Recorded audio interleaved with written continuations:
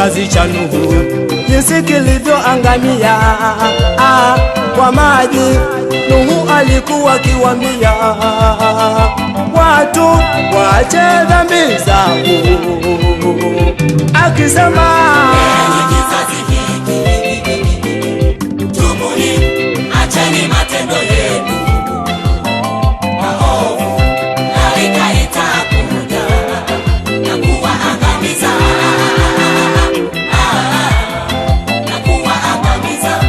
Enyi kizazi hiki tubuni, acheni matendo yenu maovu, gharika itakuja na kuwaangamiza,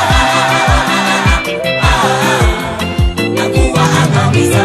Lakini hawakutii mahubiri yake na kusema huyu Nuhu amezeka. Walizidi kula kunywa, kuoa na kuolewa, hata gharika ilipofika na kuwaangamiza. Enyi kizazi hiki tubuni, acheni matendo yenu maovu, gharika itakuja na kuwaangamiza, na kuwaangamiza. Enyi kizazi hiki tubuni, acheni matendo yenu maovu, gharika itakuja na kuwaangamiza, na kuwaangamiza.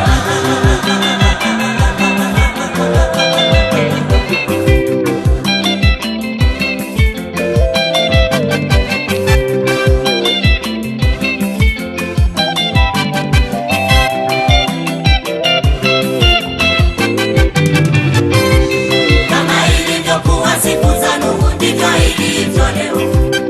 Uzinzi, ulevi, mauaji, ukaidi na masengenyo, dhambi hizo zimezidi, japokuwa neno linahubiriwa makanisani, kwenye redio, hata kwenye intaneti.